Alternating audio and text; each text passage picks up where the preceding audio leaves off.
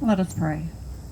Father God, we just come to you today, Father, to dedicate this plaque to someone who made a difference in this area, and we thank you for the heritage of that. As all of us gather here today to remember the history of this great city. Kitty, it gives me great pleasure to introduce the Spruce Creek High School JROTC, who will present colors.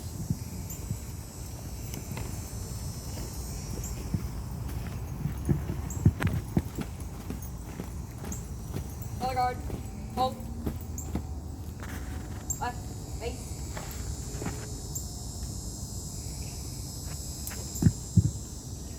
Breathe, then. Colors.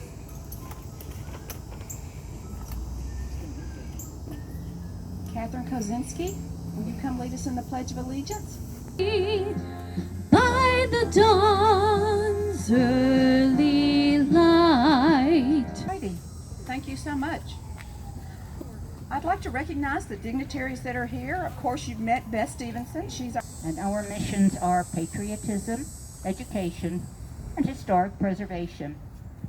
Since Port Orange has a number of historic places in the area, we felt that we should set up a committee and start recognizing these places. In doing this, we found a little-known individual and felt that he needed to be recognized. He played a part in local, state, and national history, and his name was Emathla, but the American troops called him King Phillip. So in order to accomplish this goal, we needed to have some fundraising activities. So we cooked some chili, we had a King Phillip tea, we had a fundraiser at the DAR State Conference. Unfortunately, COVID-19 killed off plans for our murder mystery at the Queen's Mansion. Details were researched as to size of plaque, requirements for the size of the font and installation, vendor, and cost, along with proper procedures for filing a request and contact personnel on the state level.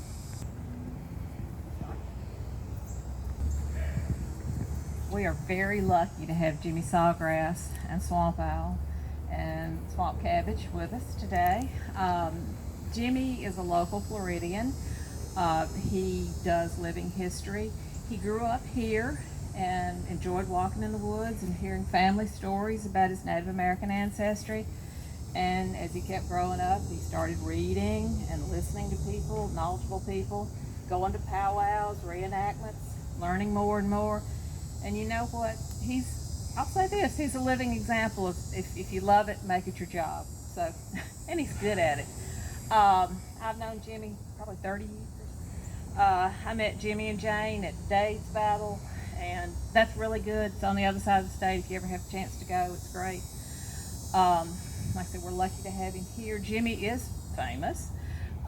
He just came back from filming a documentary. He's been in movies. He's been in documentaries on TV. He's performed at Epcot, Magic Kingdom, everywhere, schools. A lot of you have probably seen him here before, but we're glad to have him today here to speak to us and tell us all about Emathla, who we're honoring. Jimmy, thank you. Thank you. Mado. Maybe we start off in the Seminole way. Chiantamo. Hello. That's Seminole for hello. My name is Jim Sawgrass. I have traveled pretty much since a child learning history, and I still learn today. And you would not believe the documents I've poured through in the past couple of weeks since he called me about coming out and talking, trying to find out more information to make sure I'm telling you the right, correct stuff. And there's a lot of things that contradict each other in books. I was reading just last night on the internet, the date of his birth was 1739, which he died in 1839. So that made him 100 years old, and that's not true. It's more like he was born during the Revolutionary War time, just before that. And I'm going to tell you his story real quick and tell you a little bit about him. But before I do, I want to tell you about the Seminole people, because they are not an old ancient tribe of Florida. When the Europeans arrived, there was no Seminole. There were tribes here in this area like Timucua or Timucua. There was other tribes of Florida like Calusa, Apalachee, Tequesta, Ayes, Tocababas. But by the early 1700s, almost every one of these natives of Florida had died away. Very few were left. A few scattered groups here and there. A lot of the survivors that didn't die out from the diseases and slavery and warfare ended up in St. Augustine. And when the Spanish left Florida to the British in right before the Revolutionary War in the 1760s, all those natives pretty much went with them to Cuba. And the records of them are still there today. They're just now being found out about. But there was handfuls of them that did not go, that did not join with the Spanish, that were still hiding out in Florida.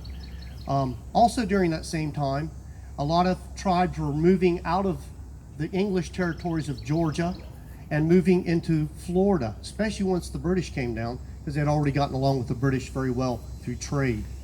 And one of these groups was called Cowkeeper's Band, the Oconee Band of Georgia. The Oconee tribe came down. The leader's name was Ahaya, which the white man called him Cowkeeper, because he had captured all this runaway cattle and from the ranches around St. Augustine, and he herded them into his village, which today we call Payne's Prairie.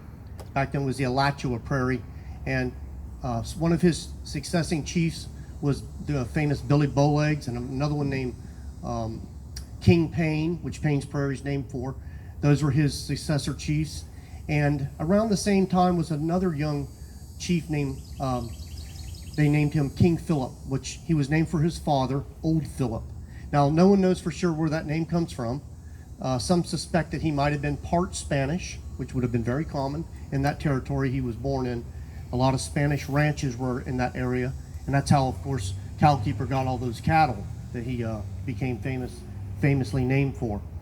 But that's about the time he would have been born, during the British period of Florida. He later marries the sister of the famous Micanopy. Now, Micanopy was the head chief of the Seminoles by birth. That's how that went. Built by the mother's family, they were matriarchal. So by marrying this sister of Micanopy, he's up high among the Seminole people. He already is, and he's actually of a group called the Mvskoke. Mvskoke is a band that came out of Georgia, and another band was called the Uchis. And then of course runaway slaves joined up with them, and all these bands of runaway Creeks. The English called them Creeks in Georgia, but when they came down into Florida, the Spanish began calling them cimarrones, which meant wild in the Spanish language, cimarron. And that's where the word Seminole comes from. And so he was living here in Florida, and he actually knew many people in St. Augustine. They would go there all the time for trade. Later in his life, after he marries, his village is at Lake Topakiga.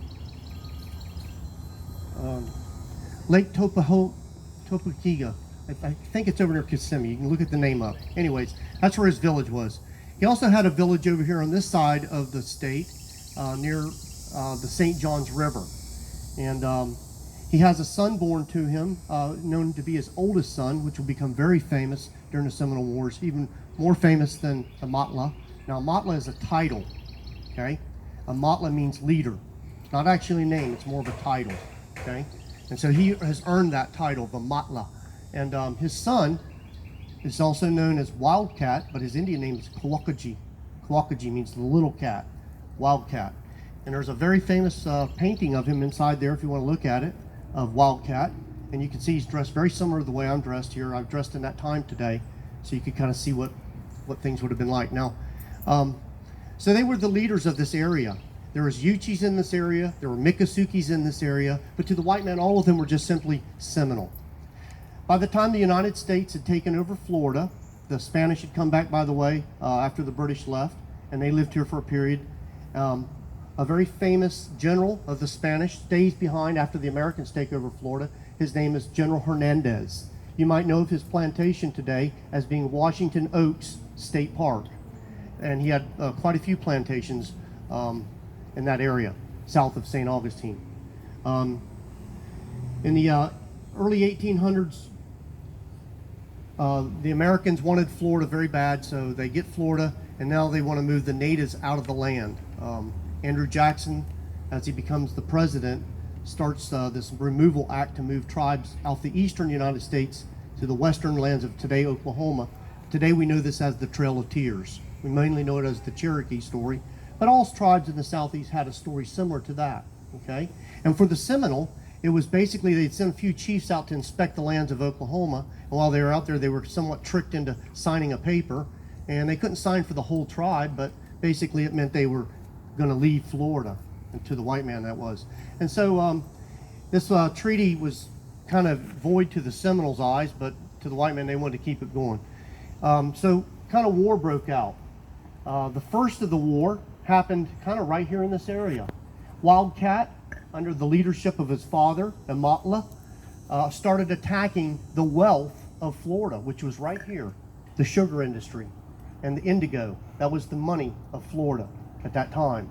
And so they attacked the wealth, which started at New Smyrna, all the plantation sugar mills, all the way up to St. Augustine, quite a few of them. All the properties they started attacking. It took about 2 or 3 weeks, but finally they chased all the settlers out. And then they were actually friends with some of these people. Bulow, for example, was good friends with the natives. The natives would bring in deer meat and trade to get things of the sugar products and take back to their villages. They all knew each other.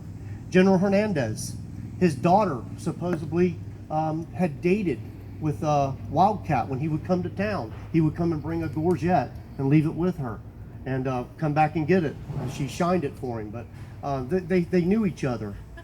They all knew each other. There's many stories of Wildcat and King Phillip being in St. Augustine and knowing the people there. So when these attacks happened, they started burning all the sugar mills. The slaves immediately began joining up with the natives. And of course, even before that, runaway slaves of Georgia and South Carolina coming into Florida, they also joined up with the Seminoles in that time. And there was a lot of actual tribes of black Seminoles, okay, that were roaming about. A lot of times they were the interpreters of the Seminole because they could speak the language of the white man plus the native language as well. So they were a lot of times were interpreters. As these slaves joined up with the natives attacking the plantations, at the same time on the other side of the state, Dade's Massacre, which Sissy had mentioned to you earlier, was happening. And also on the same day as the Dade's Massacre, Major Dade's men was marching from Tampa, Fort Brooke to Fort King, Ocala. And on the halfway point, they were attacked by a large band of natives under the head chief, Micanopy. On the same day, the famous Osceola will attack Fort King, where these soldiers are heading to, and kill the Indian agent, Wiley Thompson, on that same day. So within 2 weeks, the Seminoles had Florida under control, except for St. Augustine. Not long after that, the militia is sent down to try and protect some of the plantations that are still not completely burned out, and they run into a band of Emathla's group right here, probably more closer to the river. They're camped here. They were burning the mills. The slaves had just joined, and here comes the militia out of St. Augustine, and they attack. A little battle takes place the next morning. A battle takes place right here. The men are chased back to their boats on the Halifax River there, and by the time they get back there, the tide has gone out. Their boats are on shore. Now the Indians got them. A fierce battle ensues. By the time they get their boats back to the water, many of them are wounded, and the Seminoles claim a victory there. War goes on quite a bit. After that, the Seminoles had a great advantage because they knew the woods, they knew the land, and many of the soldiers, who we're going to hear from just a minute, were mostly immigrants and didn't even speak English very well and didn't know what was going on, didn't know about alligators and all this other stuff. So Seminoles had a big advantage. A lot of battles took place.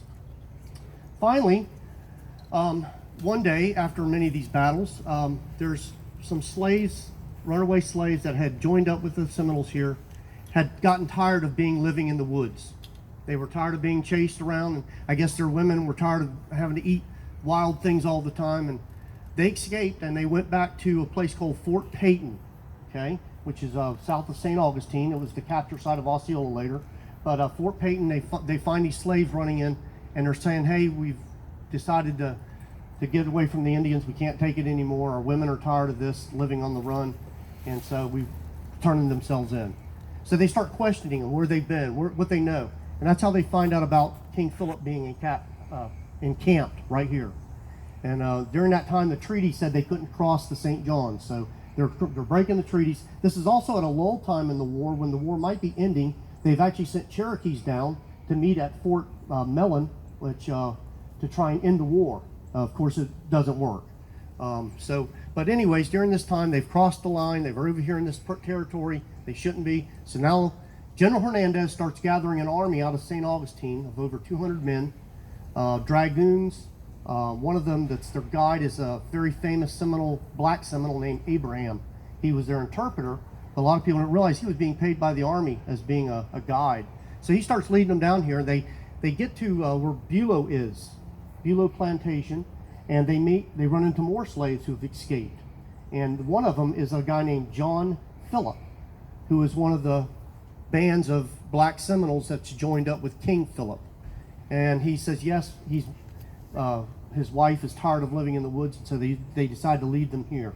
So they get down here, and it's nighttime. They sneak in within probably 100 feet from where we're at, crawling on their hands and knees, and at daybreak, before dogs start barking, they rush in, and they catch them all by surprise. King Philip's standing there pretty much naked, except for his breechcloth.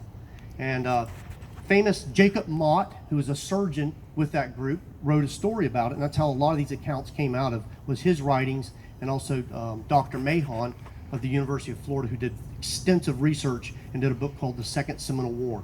And so these are all documented things, and I brought my documents with me today. I didn't want to have to look at them, because then I'd put my glasses on. I don't want to do that. So I'm doing everything from memory. But it's all there. It's just, you got to research it and find it and go to the right sources and this and that. So they capture King Philip here, and one of his men is known as Tomoka John. And Tomoka John says, hey, I know where there's another camp, that, I mean, for what reason we don't know, but he says, I know where there's another camp about 10 miles away. It's a camp of the Uchis, and so I'll guide you there.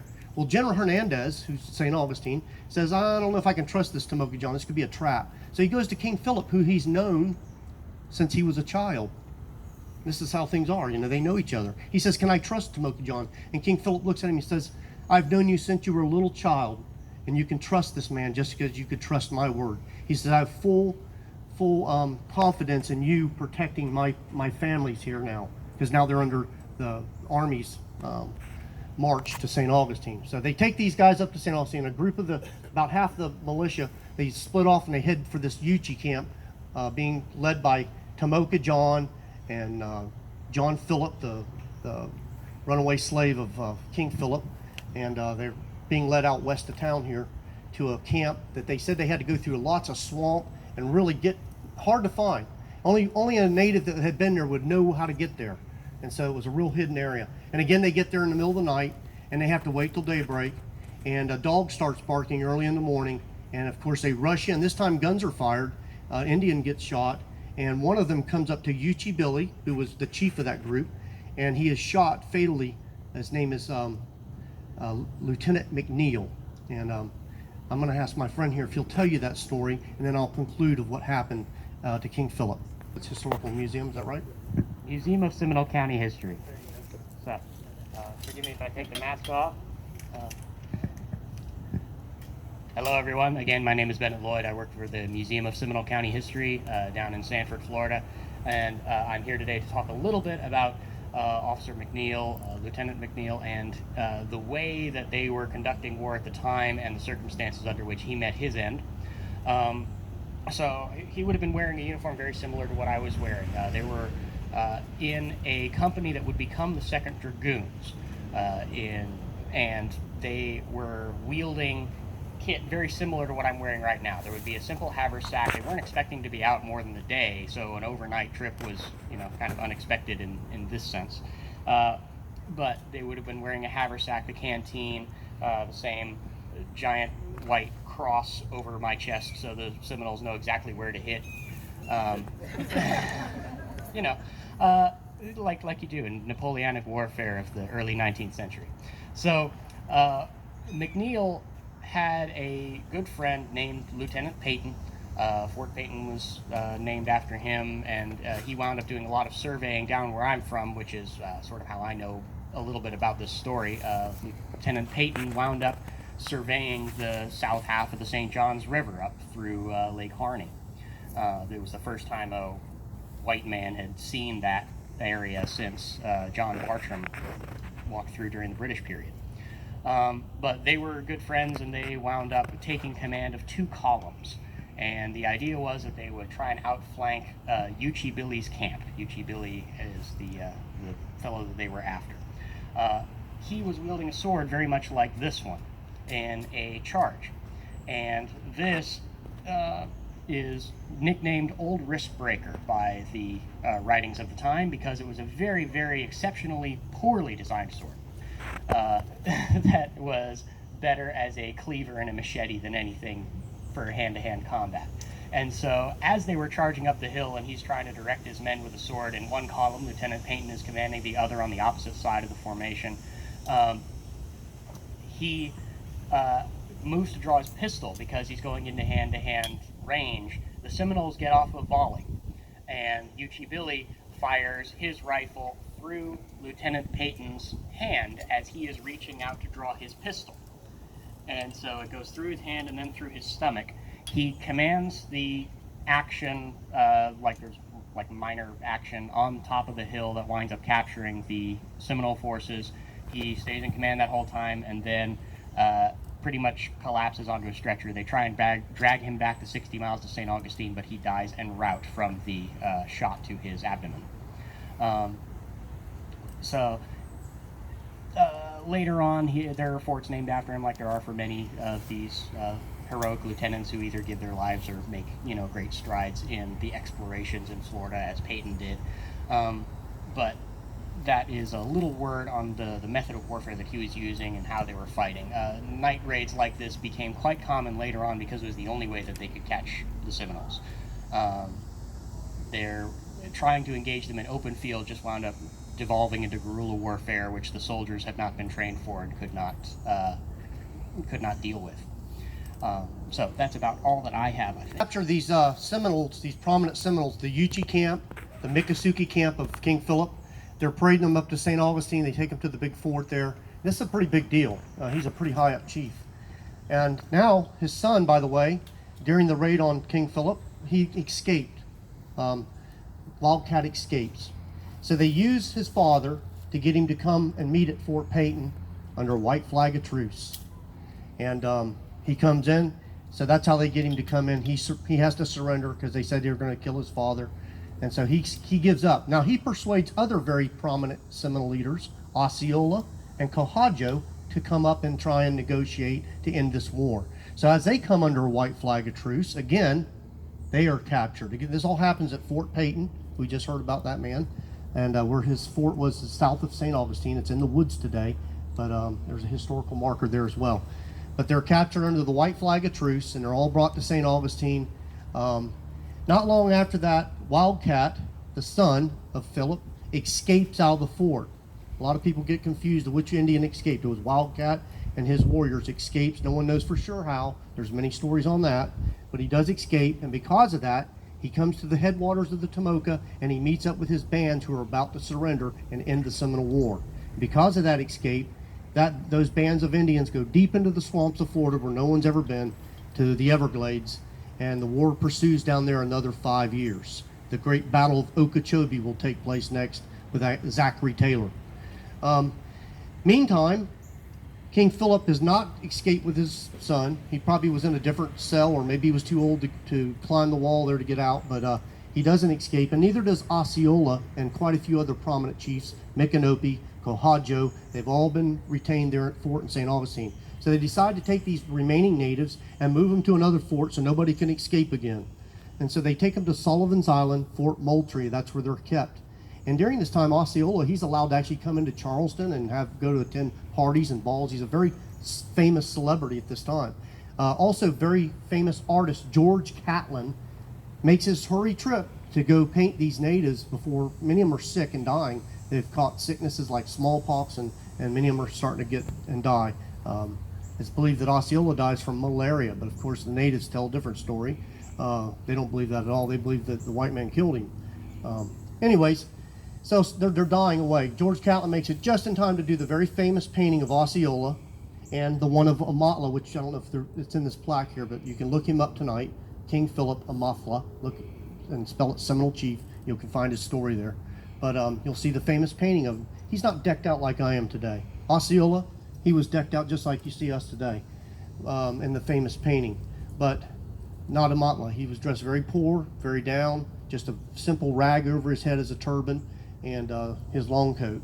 And what a difference. But I don't know why. He just didn't dress up. But anyways, that's the famous painting done of him. You can look it up. Later, after this, Osceola dies there in prison. His head's cut off. He's buried. A lot of people never believed that story, but archaeologists proved that was correct when they dug his body up in the 1960s, and it was headless. The head ended up in a museum in New York City. Dr. Whedon, in charge of Osceola, who was the doctor in charge of the Indians from St. Augustine, accompanied them up to South Carolina. Back then it was a habit of cutting people's heads off and studying it for science.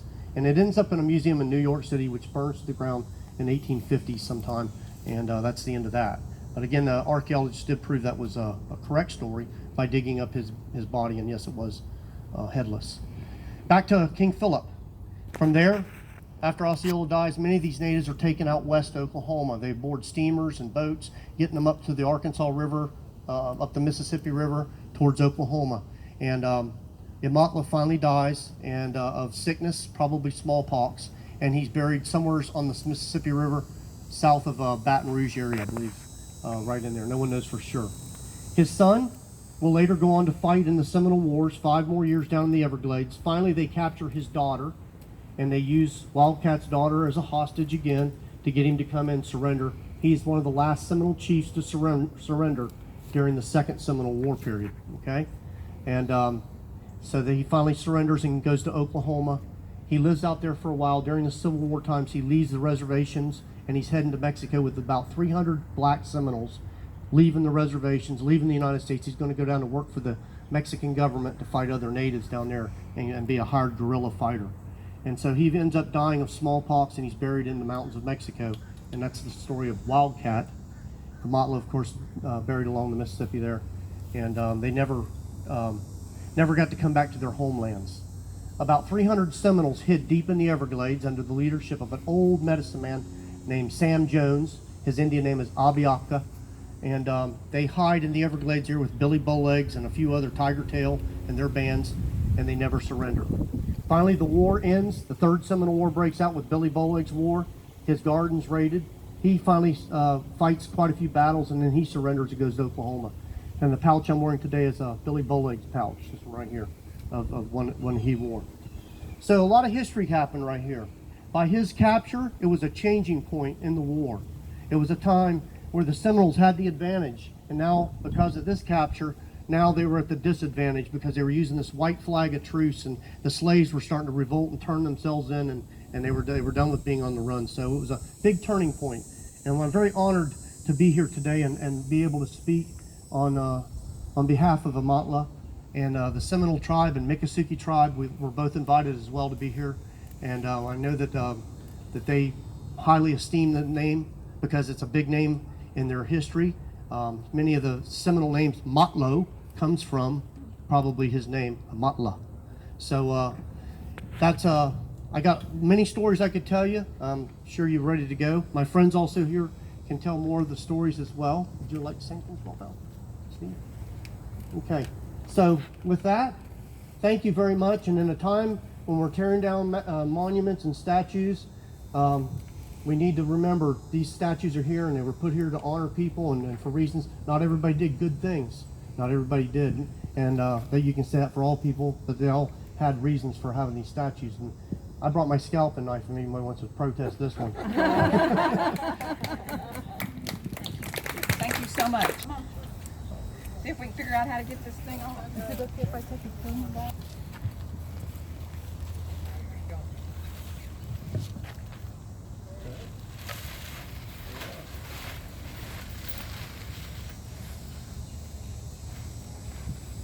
So now you see what $2,000 buys. All righty, thank you for coming.